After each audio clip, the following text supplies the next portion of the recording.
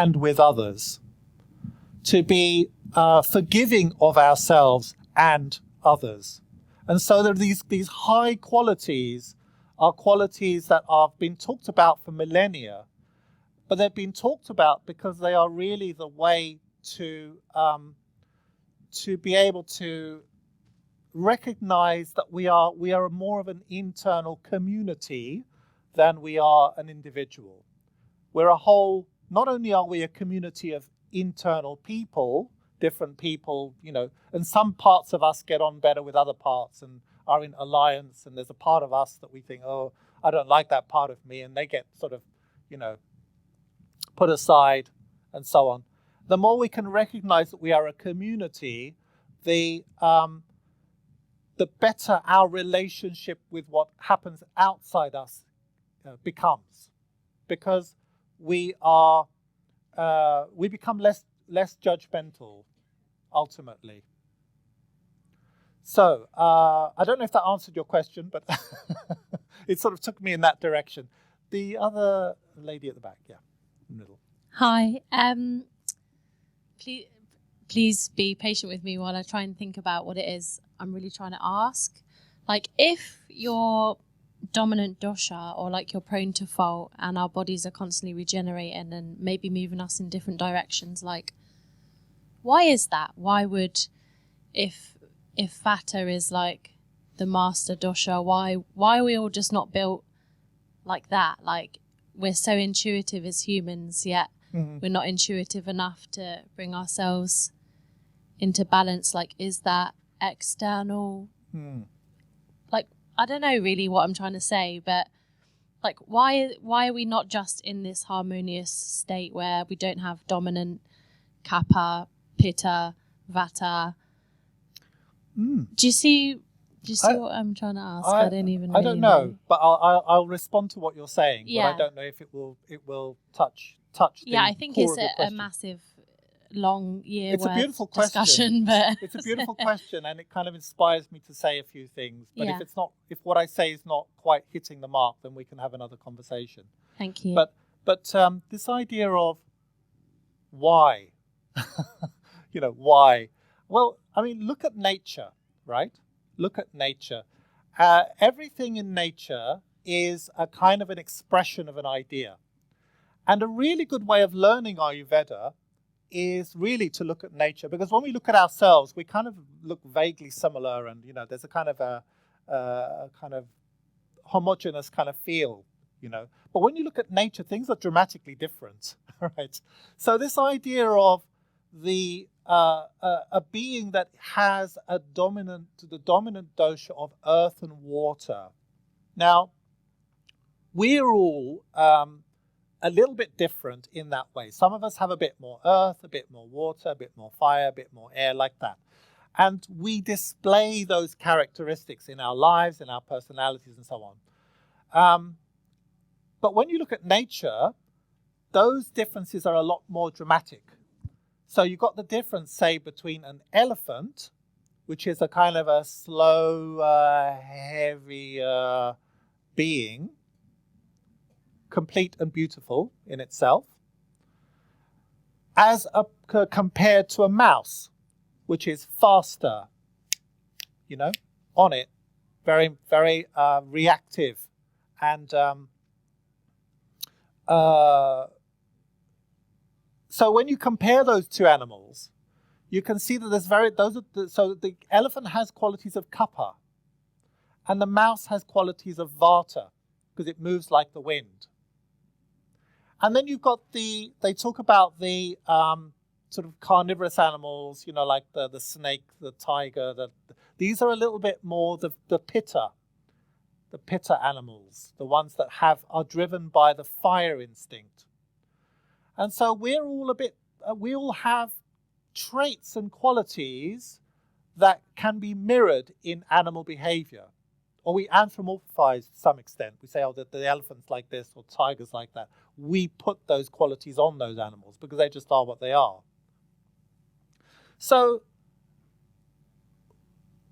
the whole idea of diversity is intrinsic to Prakriti in the broader sense, in the Mother Nature sense, that we are expressions of an ever diversifying, well, that's arguable, but potentially ever diversifying system known as life, that is known as Mother Nature, known as Prakriti. So what we are is a complete and beautiful expression of something that arose from a moment in time. And everything that is born in a moment in time holds light, but it also holds a kind of a shadow. Because embodiment, and I don't know why, because I wish I did, but embodiment in itself is a very specific experience. Like, so if I'm embodied in a particular way and I have a particular kind of constitution, if I'm a bit slower, a bit like the elephant, or I'm a bit more, pushy, a bit like the tiger, that is my constitution, and that's what arose in that moment when I was born, right? So it's there's a kind of intrinsic quality there that I have to hone and cultivate and refine and make work. And so collectively we bring our qualities together and we build a community. People who are quite salt of the earth are very good builders, and people who are quite assertive, have fiery energy, often make very good businesses, and people who are sort of more vata or windy or light, they're often very good communicators, computer programmers, dancers, and so on, writers. And so the qualities that we have that can be described in Ayurvedic terms across the spectrum of the 5 elements and the 3 doshas makes up a world, makes up a community, makes up a society. So our uniqueness is not the same as being completely alone, because our uniqueness is part of a greater whole. But because we're embodied, then we also have this kind of whenever you create a specialism in some, we're all sort of specialists in our own sort of way. Whenever you create a specialism, you're also saying, I am this, but then therefore I am not that, right? So if I am an elephant, I'm not a mouse. If I'm a tiger, I'm not a deer, right? So it's identification with particular strengths and qualities. And that makes for a particular set of skills that we can kind of bring to society, bring to people. And, when you're in trouble, you kind of ring up your friend and they're really going to be on it. They're going to help you solve your problems. When you're feeling a bit down, you might go to someone who's a bit more like, a bit more kappa-like, a bit more loving and caring, who's going to support you. So there are qualities that we bring to society, that we bring to the world, that we give to the world, but we're also we also experience the shadow side of those qualities, because we're embodied beings in a moment. So the whole thing about why, I wish I could answer it. It's a big question. The people say that the soul is, people say, this is just an idea, the soul is kind of on this journey of experiential journey. Like, this time round, I want to experience what it is to be a dancer. Next time round, I want to experience what it is to be a doctor. And it kind of, the opportunities arise for that, to be able to create this life that is, this kind of life that is engineered by a greater soul that brings it all together. But that's just an idea, take it or leave it. So, yeah. Next question. There's a lady here. Oh, sorry. You were talking about how obviously there's a lot of diversity and how that can really benefit society and the world.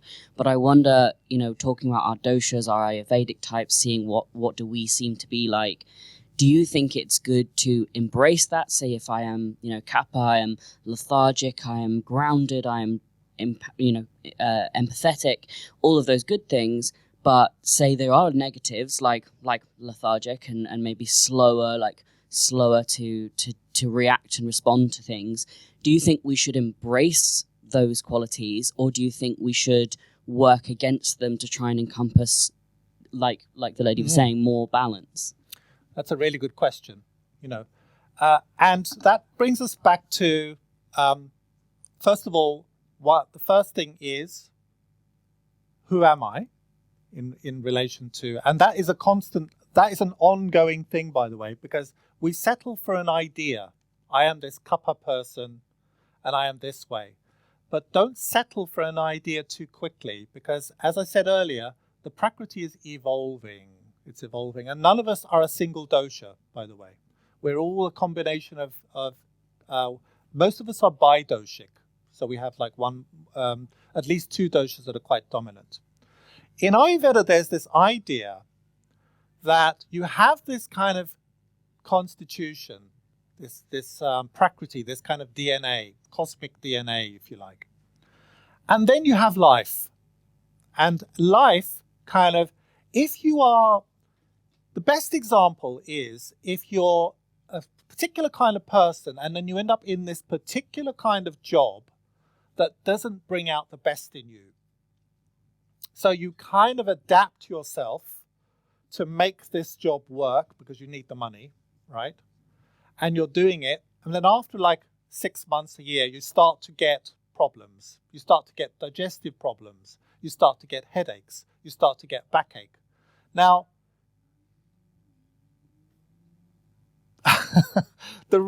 one possible reason for that is that your soul is telling you, this is not you.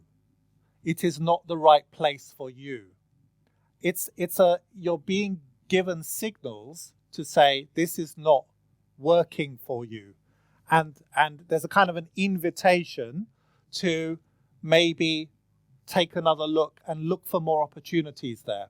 So this idea of moving away from the Prakriti in terms of the job that you're in, the relationship that you're in, the place that you're living in, the kind of thing that you might be, the kind of exercise that you do, the kind of yoga that you do, the body gives you information and says, yes, this is right at the moment, or this is wrong. And you're taking up those signals and you're saying, okay, this. How do I interpret this? How do I interpret this? And is it teaching me anything about my Prakriti? Something new possibly about my Prakriti? Because this idea of moving away, this adapted self, this imbalanced self that is kind of, which a lot of us, this is life, right? A lot of us are in situations which are not reflective of our creative nature, of our Prakriti, of our who we are. And we are managing symptoms as a result of that, which are not necessarily to do with they're not a choice, they're kind of imposed on us. And so they call this imbalanced self the Vikriti with a V. And so Ayurveda recognized this idea because it really is just the way life is. So we are all in situations where we are having to adapt, and that adaptation, if it moves us too far away from our natural state for too long, then we get sick. We get sick emotionally, mentally, physically. And so that the signals of our body are saying, you need to do something quite soon to bring you back into that homeostasis, to bring you back into that space of relative comfort and safety for the Prakriti, so that you can move, so you can reconnect with who you are. Now, that's not to say that adaptation, that hard work or discomfort is always a bad thing, because discomfort, we can be in a comfortable space that's not healthy, right? So a little bit of discomfort moving us out of a comfortable place so that we can grow into a better place through the stresses of reacting to a new environment, new job, new situation, new relationship. That new place is actually really can be very positive and very helpful.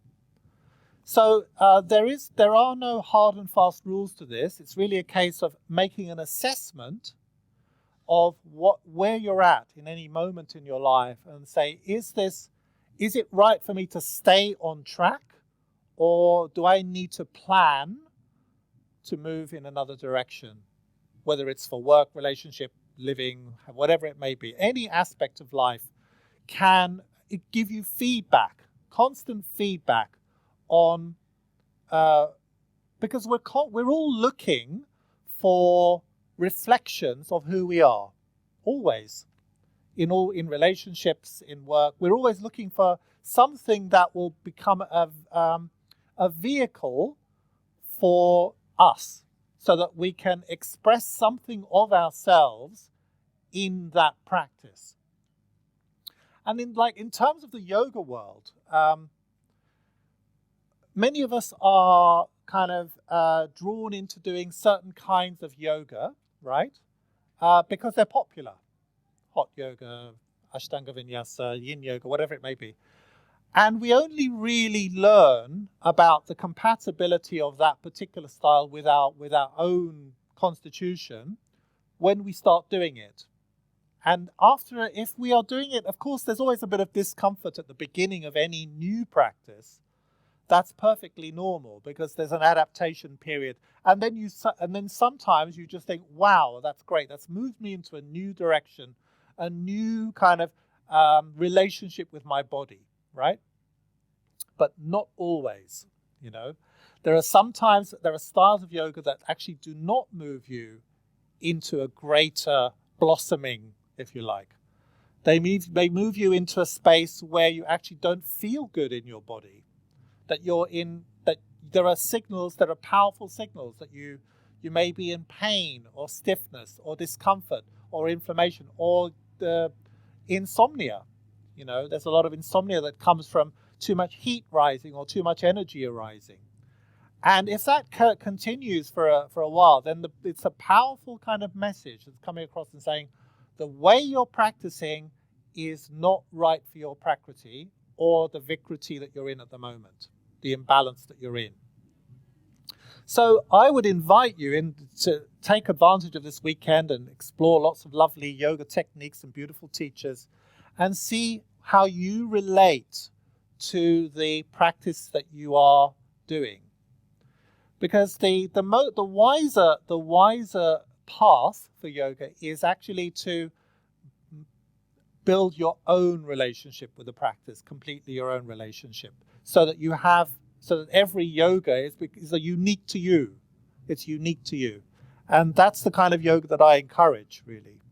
It's the kind of yoga where you really get to know your body and you really get to understand what your body needs in terms of the rhythm of the practice, the intensity of the practice, because pitta people, fiery people like really, really, really intense practice, whatever that may be. But that may not be, if you're coming out of that intensity feeling as intense as before, then it may not be serving you. Vata people, for example, the mousy type, like busy practice. The vinyasa flowy stuff, really going for the movement-based practice, dynamic movement. And that's really not bad because, you can't tell a mouse to be still, right? Impossible. There has got to be movement. But if it's excessive movement, you just wear yourself out. You burn out very quickly. And so that's really not going to serve you from the point of view of the higher purpose of yoga, which is to bring you into balance, to connect you with this sattva, this clarity, this inner harmony, and to connect you with your own Atman, your own soul nature. So Vata people need a little bit of movement, but they also need to build in that soothing, calming, comforting approach. The yin yoga type of thing. And Pitta people need to build in that sort of slightly more easygoing approach, the easygoing approach to practice. Whereas Kapha people, they're inclined to want to kind of like, can we do Shavasana, please? They just love it. The Yoga Nidra, the Yin Yoga, because there's this kind of innate sense of inertia, isn't there, with Kapha? So that's, if you come out of that kind of class feeling as heavy as when you went in, which is often the case, right? It's not serving you. You're getting that? It's not serving you. So there has to be a little bit of that, but then at some point that you have to get up and get going. And then that will raise your circulation and bring you a little bit more, it will bring balance to your constitution, so that you're not pandering to the comforts of the ego, the kind of safe self that if you like, the hamkara. That you are inviting a greater possibility to your experience. There's nothing wrong with remaining in a kind of bubble of comfort, but classically, that's not what yoga's about.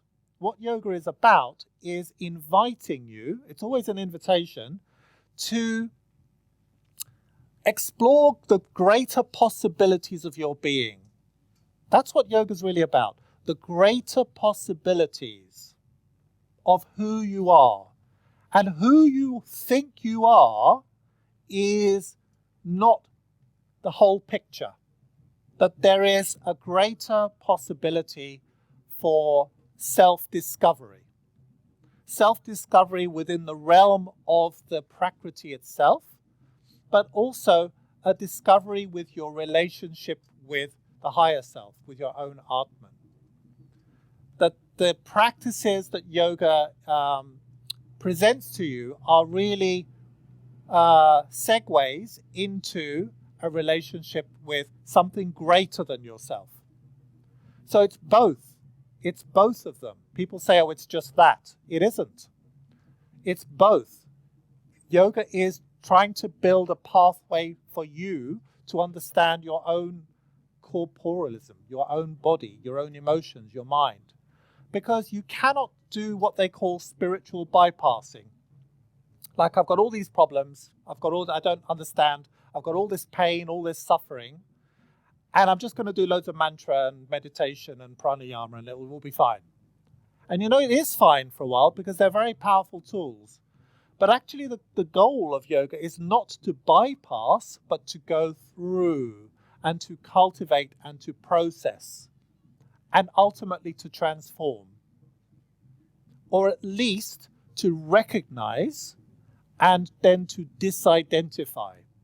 So yes, that's me when I'm feeling hateful. That's me when I'm feeling angry. That's me when I'm feeling frustrated.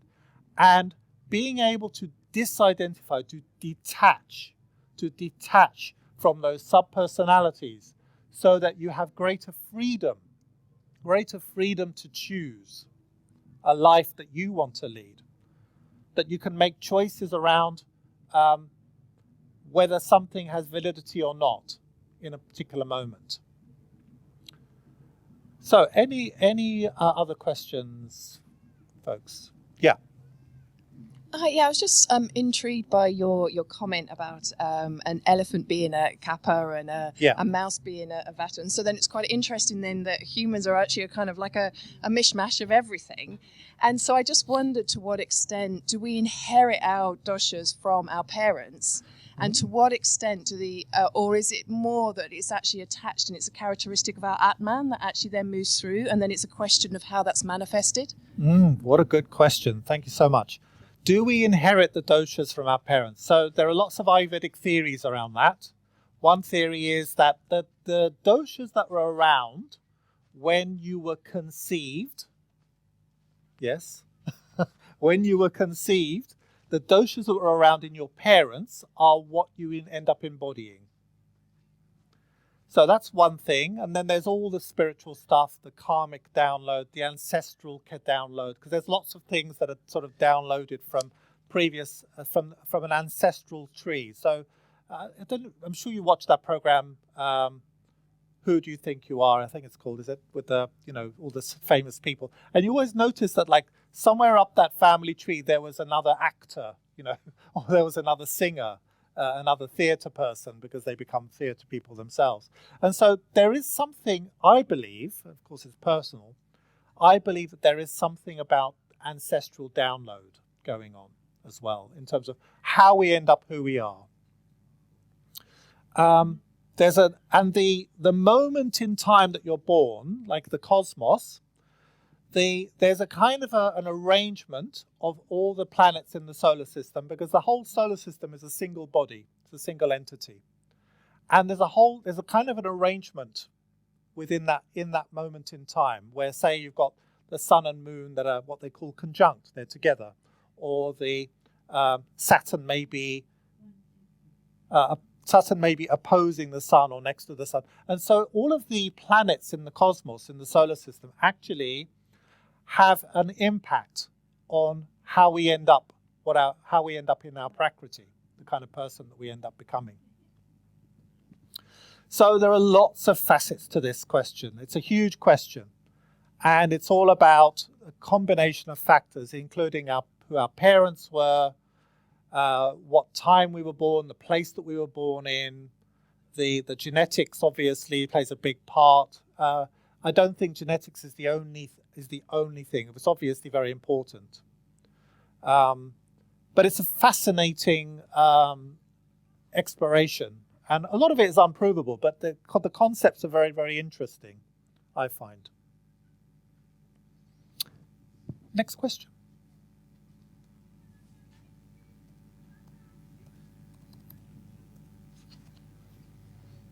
Oh, two questions, even better.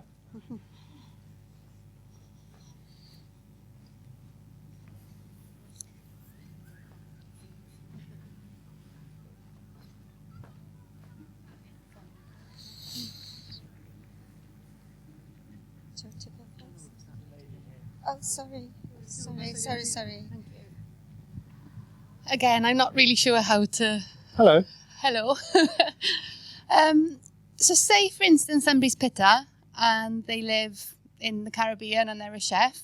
They're the worst things for that person. By doing the practices, whether it's pranayama, all the things that balance them, could they live their optimal life, or will they only be sort of nearly there? Should they go move to somewhere? Does that make sense? That's a nice question. So if you're a pitta type and you live in a hot country and you cook and you've got a sort of fiery life and so on, can you still live a fulfilled life? Is that kind of balanced-ish? Yeah. Interesting, isn't it? I mean, there's a concept in Ayurveda called satmya, a customization. So you are, whatever environment you're born into, you get accustomed to. So it becomes normal. I come from a Cypriot background, and every single meal has tomatoes. Every single one, 100%. Tomatoes in everything. Now, tomatoes from an Ayurvedic perspective are very acidic. Very sort of, they're pitta food, really, red, And yes, it's true that Cypriots can be very pitta-like. But there is something about adapting. There's something about the culture adapting to something over a long period of time, so it normalizes it. And therefore the body doesn't react to it in a pathological way. In other words, you don't get sick, because it's just normal. It's normal to eat tomato. And so the body doesn't think, what's this? And there has a kind of a reaction. So if you're a pitta type living in a hot country and, you're a chef and blah, blah, blah, and you eat chili, like, in Mexico or whatever, in India, there's kind of spices in everything. And you kind of think, well, there should be really a lot of pitta problems. But no, there isn't. Because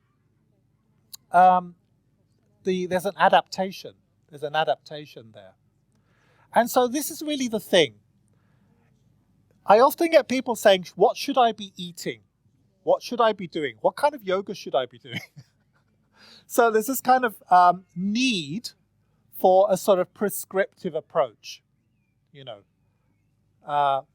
And what I would invite you to do is just to look at your life and say, what is working and what is not working now? Because, you know, next week, next year, things could be different. Is the yoga working? If it's not working in terms of what you want to get out of it, right, because it's all relative to what you want, consider it from an Ayurvedic perspective. Maybe kind of think, is it because it's too intense a practice? What is it? Because there's so much in Ayurveda that can give you information about that. The time of the day, because, you know, there's certain times of the day that the doshas rule, for example. The length of practice, if you're a Vata type, you know, an hour and a half will be too long for you, because Vata people get worn out, you know. A mouse is a sprinter, not a marathon runner.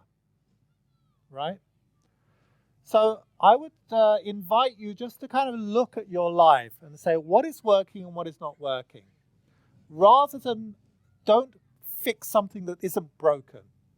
If your diet is working, I'm going to talk a bit more about that this afternoon, then it's working. You know, what does that mean? It means that you're able to go to the toilet and you're able to, you know, digest your food, you have energy, you feel okay, you feel well, you feel nourished. We're going to talk about that later on. So what today's session is supposed to be about is about your yoga. You know, what do you do in your practice? And is it working for you? The rhythm of it, the speed, the length of it, the nature of it. Because, you know, like there are three, Ayurveda divides the digestive tract into three zones, a bit like the Chinese do. And in the lower zone, you've got this large intestine zone and everything around it. So you've got the large intestine, the hips, the lower back, the sacrum, and the kidneys. All of that strip is controlled by Vata. And very often, people who are Vata aggravated, in other words, the wind is unsettled, will start to develop problems in this band. They'll start to get back pain, kidney problems, bladder problems, you know, that it all happens in this band, and that's Vata related. So if you're thinking, I've got this, what's happening? And Vata related problems are often emotional in nature. Stress, there's a big stress element to Vata. Well, there is in all the doshas, but Vata is very susceptible to stress. And so you start to get constipation, you start to get back pain, you start to go to the toilet every 5 minutes. Of course, all of these things are complex. There's a whole complex pathogenesis to all of these things. But in broad principle terms, they're Vata related. And then you've got this middle band, which is the small intestine and the liver and the spleen and the mid-band, controlled by Pitta. So when you start to get mid-band problems like gastritis, stomachache, acid reflux, mid-back pain, liver problems, spleen problems and so on, then Pitta is something you need to look at. And anything that involves Pitta is most certainly to do with diet and stress, again, diet and stress. And, again, I'm going to talk about this a bit later, but the whole Pitta thing around intense flavors, like it's not just what's happening on the mat, it's also what's happening on the dinner plate, right? And then the upper strip, the stomach, chest, upper back, neck, head, sinuses, all of that, the upper band is all related to kapha or kapha, depending on how you want to pronounce it. And that is really when you start to feel congested in these areas, very, very congested. There's a lot of mucus, like gallons of mucus come up all the time.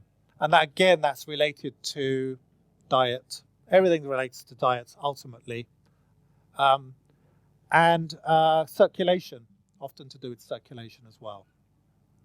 So the three waste products to really whittle it down to the three basics is from when Vata is out of balance, there's too much gas. Quite literally and figuratively. Too much gas. That's why I'm sitting over here. With Pitta, there is too much acid. Literally and figuratively. And with Kapha, there's too much mucus. So diet is something key in Ayurveda, which is why there's so many volumes of information on it, but also how you support or worsen your situation with your own yoga practice. Next question.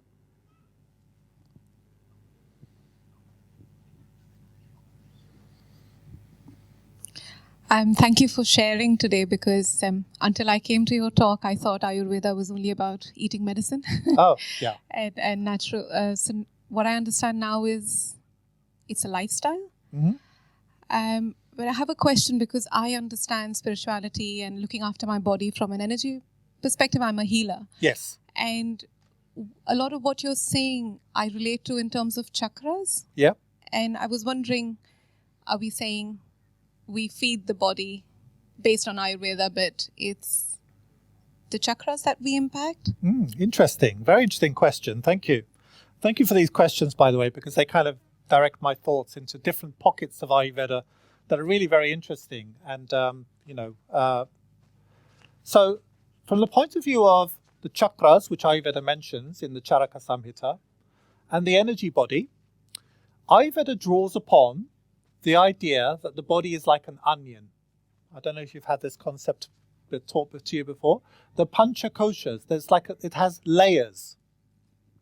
And the grossest layer, the grossest layer is the physical body that's made up of food, the Annamaya kosha, the food sheath, they call it, the food sheath, Annamaya kosha. And the food sheath is what we physically do to look after it. Exercise, food, movement, intelligent movement through yoga, etc., looks after the food sheath quite well.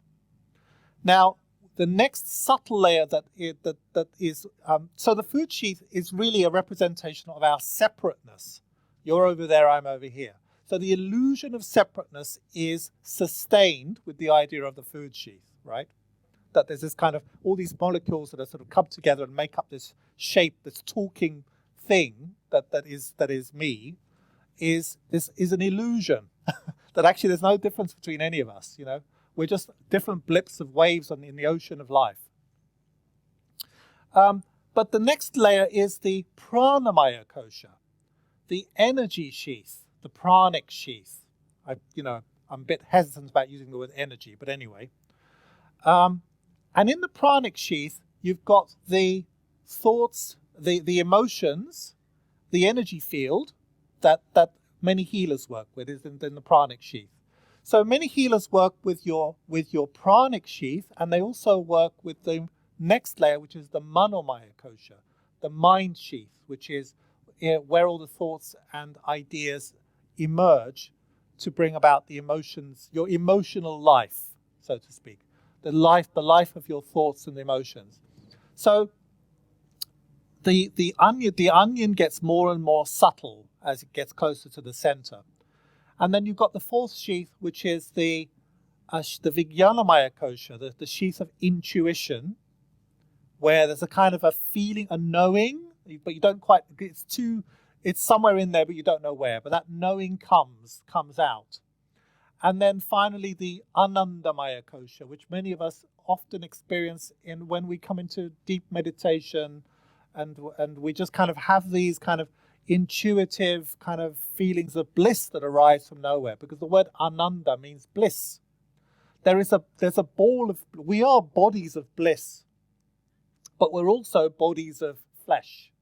We're bodies of flesh, we're bodies of prana, we're bodies of thought, and we're also bodies of bliss. We are all of those things in one. And when you go to a modern day chiropractor, they're generally working with the annamaya kosha, the physical, the sharira, the physical body. But when you go to this lovely woman at the back, then you're working with the pranamaya kosha or the manomaya kosha, because there's these subtle bodies that also need support. They also and often when we realize that our pranamaya kosha and our manomaya kosha are not well integrated, because we notice how we behave, how we react, our emotions, we're not in control of what our life experience, then we go to particular specialists to help us. We go to, psychotherapists, we go to healers, we go to people that are going to help us navigate our way through the quagmire of the psyche, which is really a much more difficult. It's a much more difficult and powerful journey to. And really, this is yoga's forte, is to really give us the tools to help us manage the psyche, And Ayurveda helps us manage the body in a very practical way. There is an element of Ayurveda that involves mantra and healing and so on, but it's not the forte of Ayurveda. The forte of Ayurveda is in helping us understand the somatic nature of our being, our physicality, and the way, our modus operandi in terms of how we relate to the world through our bodies and our personas. Yeah. So one final question I think we have time for. Yeah. Just one final question. There's a woman at the back there. I'm coming to you. Oh, very good. I got it. Yeah, I got the question. So the question was, should we practice in our prakriti or our vikriti? So the first thing is, we don't always know our prakriti. People think they do, but they don't always, right? But we are conscious of ourselves very much so when things start to go wrong. So if we start to get aches and pains, or we start to feel very anxious or get very angry and irritable, we're like snapping at everybody that walks through the door, or we start to feel very heavy and inert. These are the key things that are telling us you need to do something. You need to do, and what happens is that when we work on particular issues, then when we overcome those issues, our prakriti naturally emerges. So we don't have to work on our prakriti.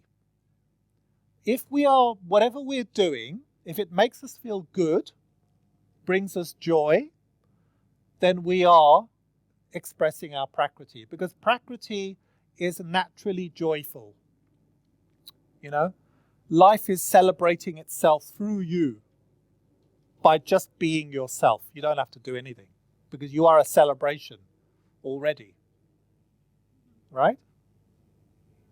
So the only time that you have to do something is when you are no longer able to be you in the way that you are, rather than in the way you imagine yourself to be.